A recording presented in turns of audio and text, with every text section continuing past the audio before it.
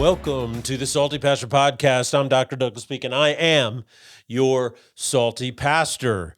One of the purposes of this podcast is to coach you up in your faith. And we do that not by telling you what to think or what to eat, what to wear, what music to listen to, who to vote for, or what kind of car to drive. All we're about is helping you understand what you believe and why you believe it, because what you believe is one of the most important things about you. What you believe drives the way you think more than most people realize, right? It's the underlying beliefs and the underlying frame of reference, you could call it, that dominates everything that we actually end up thinking.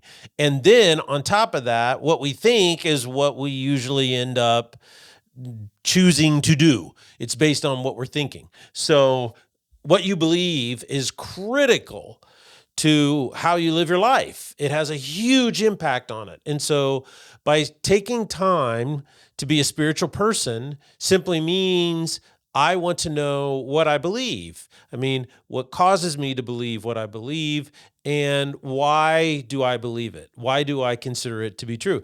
This is where mature people come from, and this is where spiritually mature people do the work to grow their faith, to be transformed. So that's what we're all about. And we've been talking here recently about what is your faith supposed to produce in you when it's growing? And there's a slight differentiation between what most people assume and what the New Testament actually teaches. And what a lot of people believe as well, if my faith grows, then I'm going to be filled with, and you go to Galatians chapter 5, the fruits of the Spirit. Now, Paul is making a point here, and I'll read these to you real quick, that is a really great point. I'm not trying to undermine it in any way, shape, or form. I just am asking the question, how does that apply to a growing faith? Because what he says, the fruit of the Spirit is love, joy, peace, patience, kindness, goodness, faithfulness, gentleness, self-control. Against such things there is no law. And what he's doing is he's saying at the beginning of chapter 5, it is for freedom that Christ has set us free. Therefore, do not be subject once again to a yoke of slavery. Now, what is he talking about? He's saying, well, you have to live in freedom and don't be submitted to a yoke of slavery in order for you to walk in the Spirit and produce these fruits in your life. Okay, this is a very important thing to understand. What was the yoke of slavery that the people in Galatians were struggling with? Paul says it's the Judaizers, people who are coming in and trying to say that Christianity is designed to follow the law, and it just now makes you more better or easier or stronger or more devoted to want to follow the Old Testament law. And Paul says that's baloney. That's not what it is at all. And yet today, we have a form of this in most churches in America. And that is that when you go for a while, you get the impression when you hear the preaching each week over and over and over again, that the point of Christianity is to become a morally pure person, and not realizing that they've just chosen a standard of morality based on New Testament principles, and now they treat it exactly like the Old Testament law in regards to how Jews treated the Old Testament law. And Paul says, no, you don't understand the gospel. Now, that doesn't mean that morality doesn't matter. That's not the point. The point, though, is that what is the focus? So if you believe the point of your faith is to produce in you moral purity, then you're going to have a very frustrating Christian experience. This is why so many young people are leaving the church today. One of the most common patterns out there, when I was a pastor, and I've been retired for a year now, and one that has been getting worse, okay? And that was this, is that people would have children, they'd raise their children in a church, and the kids would grow up in the church, and then when they get to high school, they would graduate from high school, go off to college, and then they would leave the church, sometimes leave the faith.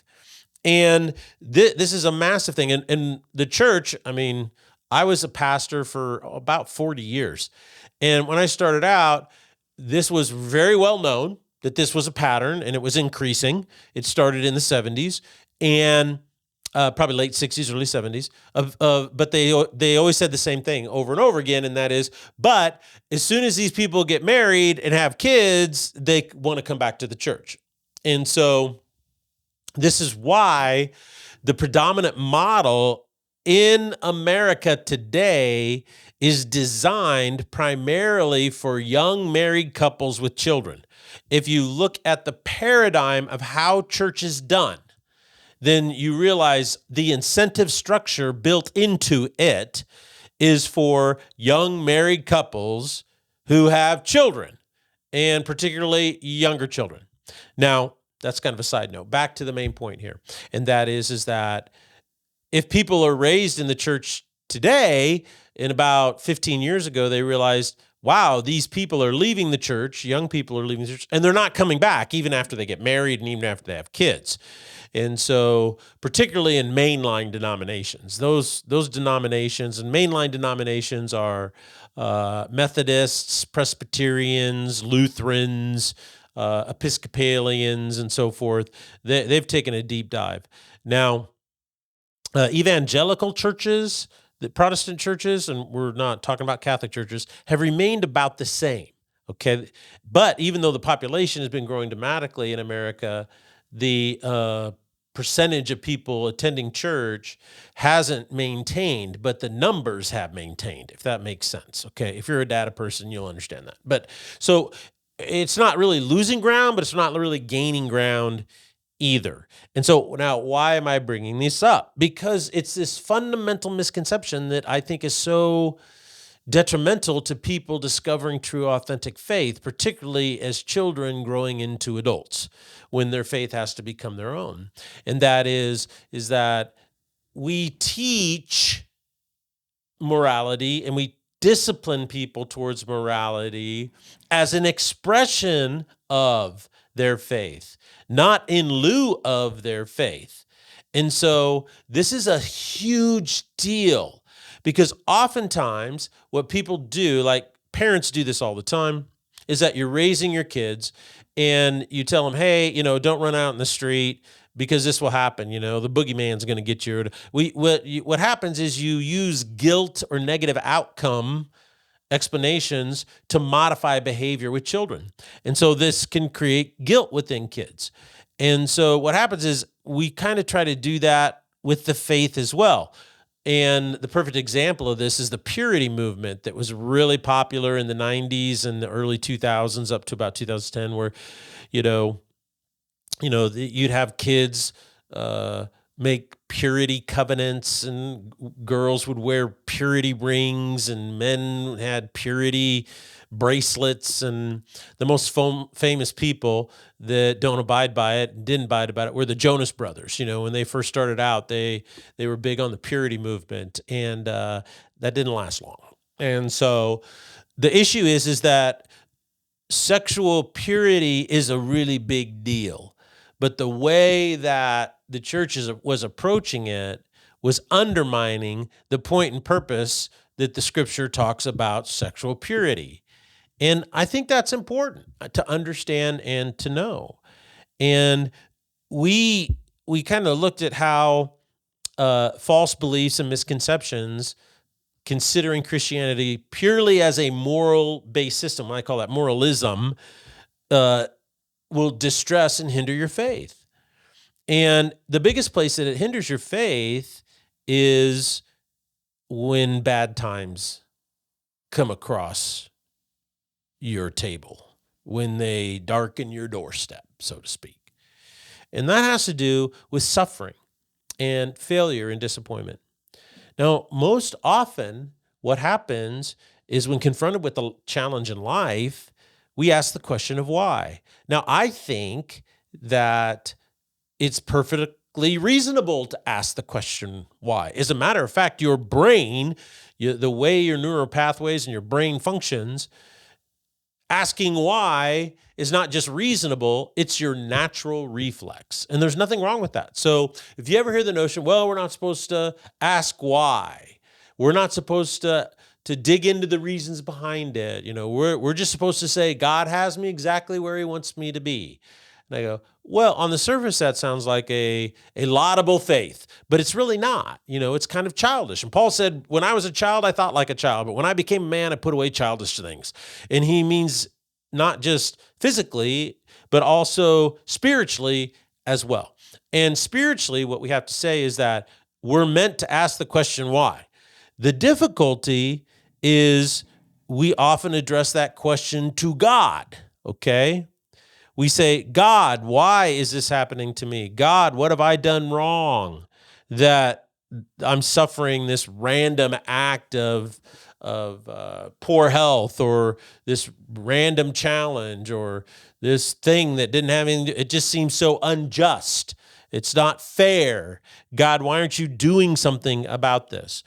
And on Tuesday, I really dug into how oftentimes we ask God that question. We feel God is either punishing us or it's not fair because we have a moralistic view of our faith without even knowing it. Remember how I always say, how you think is just as important as what you're thinking.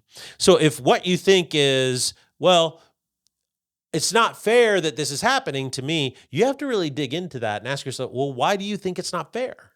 Why? Honestly, why do you really think it's not fair? And the answer that most people come back with is, well, because I'm a good person. Okay, so you're a Christian, you feel you're a good Christian, therefore nothing bad should happen to you. So that sounds to me like faith isn't about being redeemed from your sins. It's, bad things happening to you insurance. You buy an insurance policy with God. Instead of paying him money, you're paying him morally good deeds. Do you see how it starts to look really incongruent? Once you start thinking about these things, it makes you, I gotta think about this. And the reason why I'm bringing this up is not to disturb your faith, but to let you figure it out for yourself to strengthen your faith. Because if you don't work through this issue, you'll always have what the writer in Hebrews, I talked about until Tuesday, says, an immature faith. And you won't be able to practice to train your senses to discern good from evil. So when we ask the question why, it's perfectly reasonable. But asking the question why to God is not. You see, the focus of the question why should be directed at ourselves. Why do I believe bad things shouldn't happen to me? God, why do I believe this is not fair? God, why do I believe that you're treating me poorly, or that you don't love me because you're allowing this bad thing to happen to me?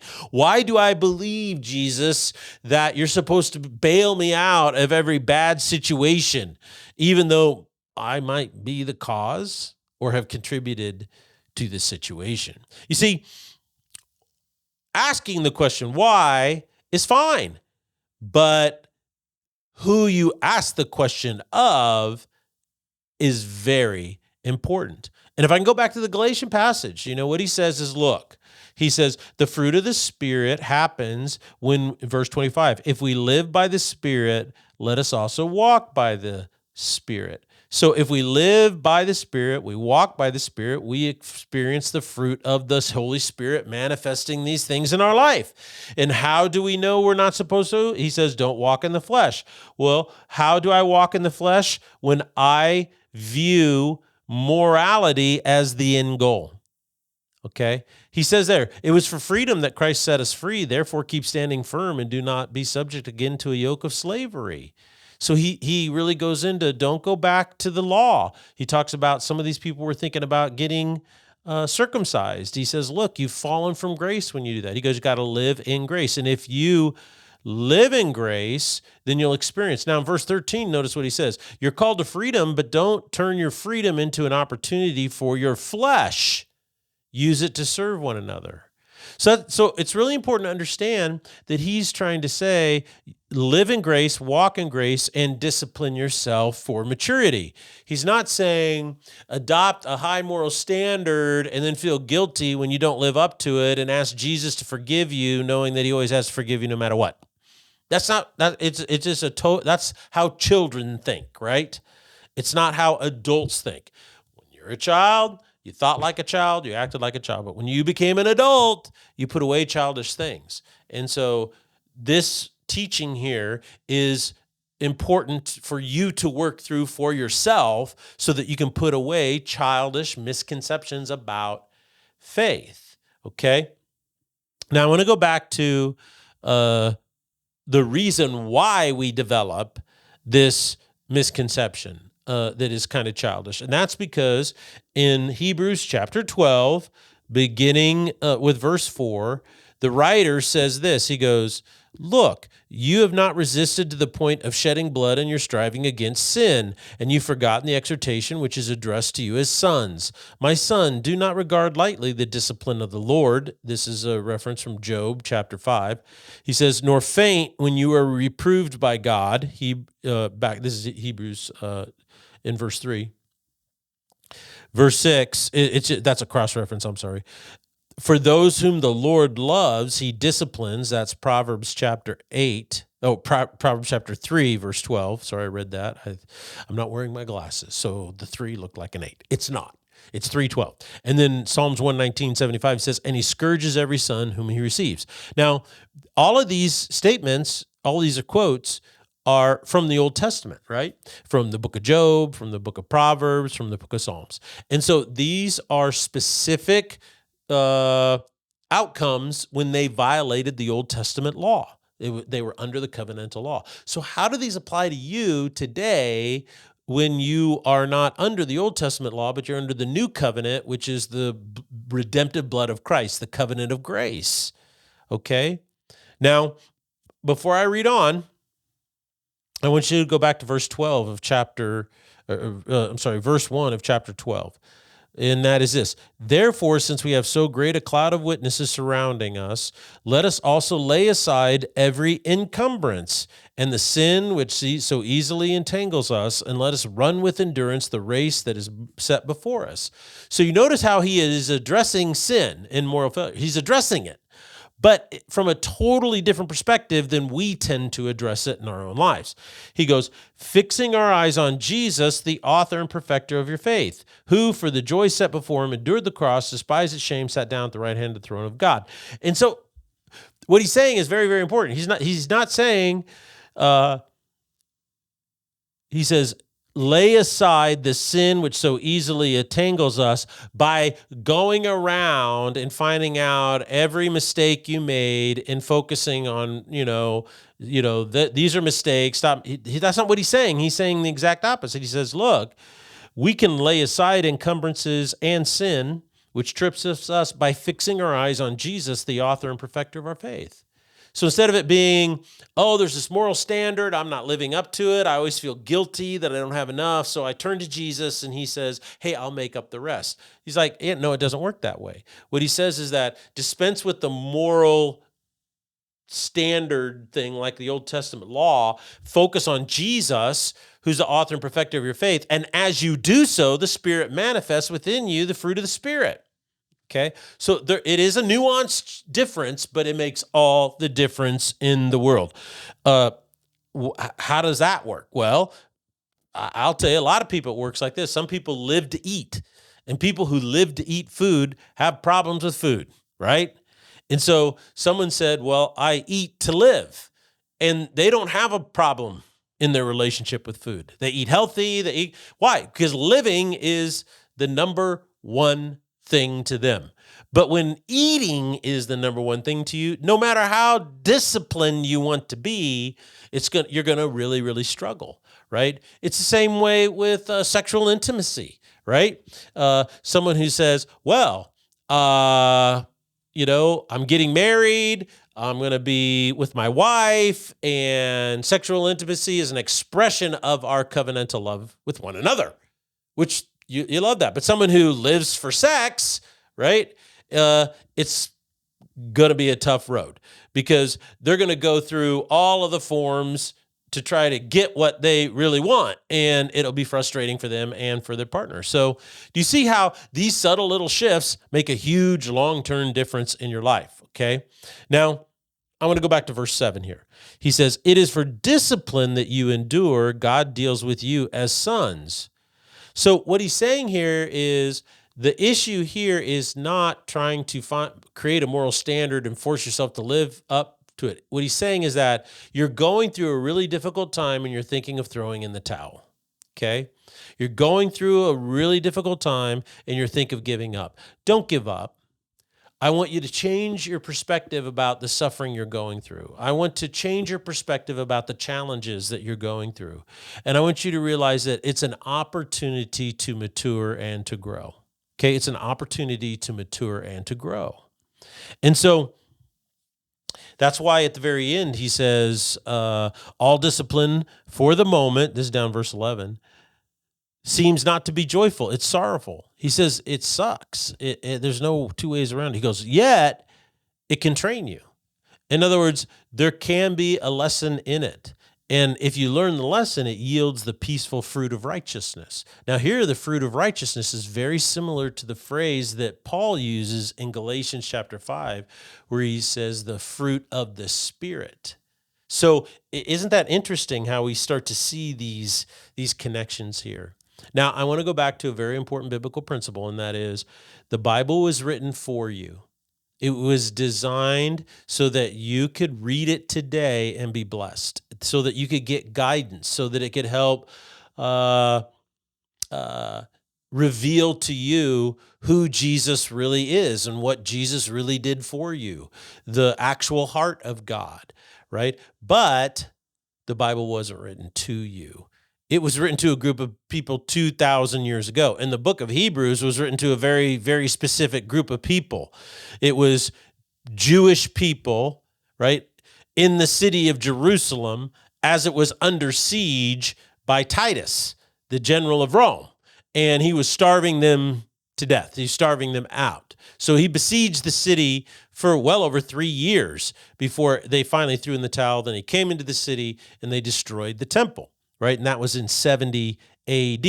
And if you go to Rome today and you go to the Colosseum, most people miss it, but right next to the Colosseum, kind of there in the hole, the Colosseum sits down in kind of a little bit of a hole, little depression there, and you kind of walk down an incline to get to it. Well, right down in that area on one end is the Ark of Titus, and it was an arch that was built out of stone, and all the stuff that Titus did was carved into it. And if you stand and you look inside the arch, right, you will see that the sacking of the temple, the destruction of temple. You'll see in there the Roman soldiers taking away the elements of the temple, the menorah and some of these other things, taking them away and brought them back to Rome.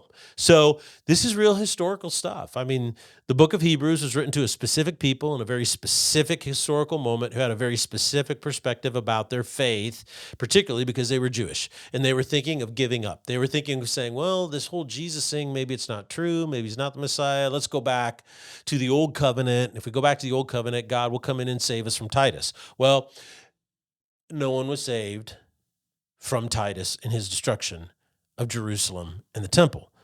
And so the author of Hebrews is laying out the case that you can't really do that because Jesus is everything. He is the fulfillment of all the Old Testament prophecies. So you can't go backwards. He says, so instead of saying, I'm going to give up on Jesus, hoping my life gets better, which we know from history that it didn't.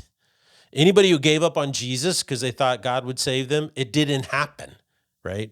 So the only issue is, okay, it's being destroyed. You're going through this horrible time. What can you learn? What can you actually learn?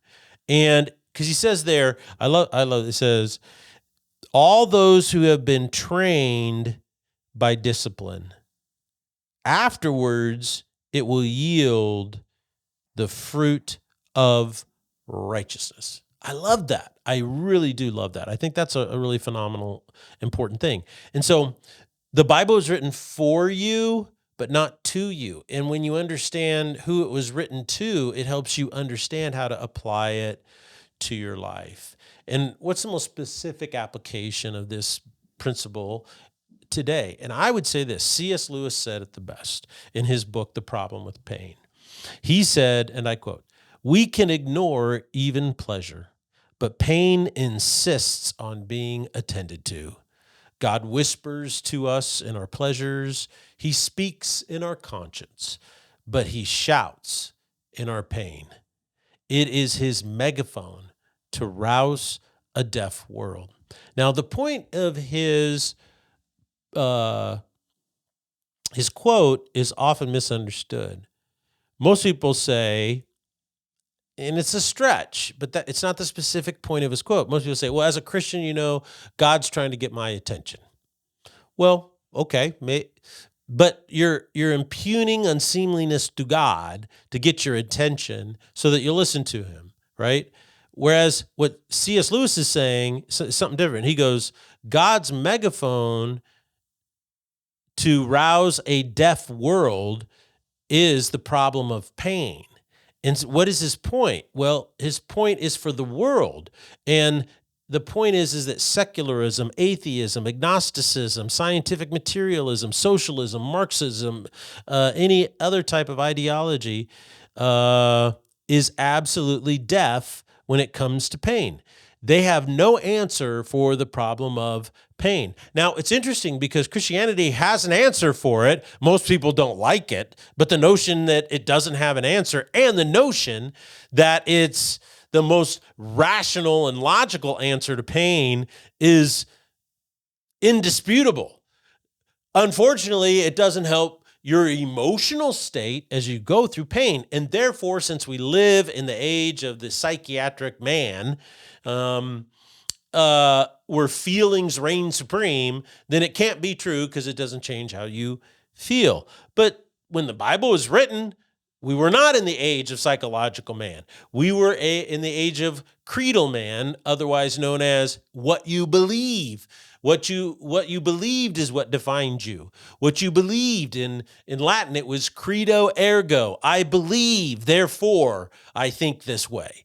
And so the point of C.S. Lewis is that Christianity has an answer to pain, and it shouts to the world, even though the world is deaf. And it's deaf because of secularism, atheism, agnosticism, scientific materialism, hedonism, socialism, Marxism, whatever. So how do we apply this to you and to me today? Well, the way we do that is we understand that the path to a stronger and more mature faith is learning how to deal with the ever-present and pervasive suffering in this world. And this is why moralism, I go back to what we started this podcast today focusing on, is so detrimental to your faith. It's what creates an immature faith. People who are babes instead of mature. Because if you see bad things happening to you in your life as God simply punishing you because you did something wrong on the moral code scale, then you're never going to understand the point of knowing and walking with Jesus. And that is that you never understand the overwhelming blessing of what it means to walk in a redemptive mentality each and every day. I remember probably 30 years ago, I went to a conference and Max Lucado spoke, and he's not a dynamic speaker, but it's really interesting. He got up and he was talking about, today there's all these denominations and all these people argue about who's right and who's wrong, and everybody's pointing fingers at everybody else. And he goes, it's like this giant orchestra, and you got the trumpets over here arguing with the violins and the percussionist arguing with the tuba players, and who's more important or who's more right or who's more needed. And he goes, and me, I'm just glad I'm on the stage. I'm not trying to be the best. I'm not trying to be the great. I'm just glad I got invited to the party. I'm just glad I'm here. And that really struck me. And I've tried to really do my ministry that way, which is hard because I'll tell you, when you're a pastor, there's so much of ministry is driven by ego, the ego of the leadership, the ego of the pastoral staff. Almost all conflicts in church happen because of pastoral staff having conflicts with one another, right? And all those conflicts are pretty much driven by ego, right? And it always seems to revolve around money. And one of the biggest things that I really thought was ironic, here's another story for you, is that um, people would always say, well, I feel the Lord's calling me to this ministry. And I'm like, well, how do you know? And he goes, well, they're going to pay me more money. That's how, I mean, it's like, well, God's calling me to this ministry, and it always seems to be the one that makes more money. And I always thought that was really interesting. And it seemed to me like, another story for you. During COVID and churches that shut down, we didn't shut down. A lot of churches shut down because they had to. They're renting facilities and they're in a school. The school says, sorry, we're shutting. You can't use it anymore. Or they're in a movie theater and it's like, oh, sorry, you can't do that. Or they're leasing property from, sorry, you can't do that. So they're all forced. But it was really surprising to me how many pastors spiritualized it and said, well, we're shutting down and we're not going to meet because we feel that that's the best thing to do. And it's honoring God and we're supposed to support our weaker brother. And I mean, I just heard all this spiritual gobbledygook, and my own staff kind of rebelled against me and said, well, you're crazy. And I said, look, just because there's a disease out there, I go, you think you shut when does a church stop being the church? You can't, it's not a building, it's a church. You go back and read your Bible. Come on, people. And boy, that was kind of tough pulling them through that. But eventually, they said, well, you were right and we were wrong, which is kind of a rarity, in most situations. Why am I sharing these stories with you?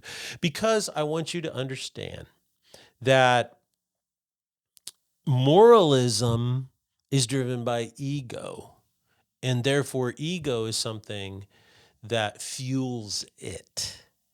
And ego gets us off track all the time. And so if you think something bad is happening to you and God is punishing you for a moral failure, then you're never going to understand the deeper things of walking with Jesus. But if you view faith as driving you to understand what you believe and why you believe it, then suffering has a completely different perspective. Setbacks have different perspectives. Challenges have a completely different frame of reference. And that's what the writer of Hebrews was trying to get to. And that's what I hope you consider in your journey of faith. This is Salty Pastor signing off. And remember, what you believe is one of the most important things about you.